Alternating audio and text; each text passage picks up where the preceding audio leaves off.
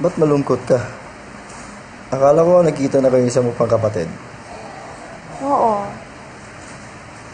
Pero nagkasamaan kami ng loob dahil sa nangyari kay Faye. Magkakayos din kayo yan. Akala ko nga nalulungkot ka kasi huling dalaw mo na dito. Sabi ng doktor, makakaalis na ako dito. Eh, di, mabuti naman pa ko eh.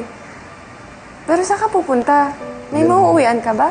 Yun na nga, sa tulong ng mga pulis, nahanap na sa chamber na ako. Susundin na ako bukas. Sabi sa'yo eh, may malasakit pa rin ang pamilya mo sa'yo. Sana makilala mo si Chang. Siya lang matuturing ko pamilya. Kapatid sila ng nanay ko. Sabi ng mga pulis, matagal na ako hinahanap. Ako'y sobrang masaya ako para sa'yo. Nakita mo ng kamag-anak mo. Parang ako, unti-unti lang nabubuo ang pamilya ko. Yun nga lang, mga magulang ko na lang ang kulang. Oh, kita mo? Huwag ka mawala ng pag-asa, Celine.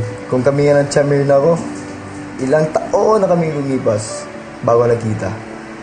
Kaya, makikita din kayo ng mga magulang mo, Celine.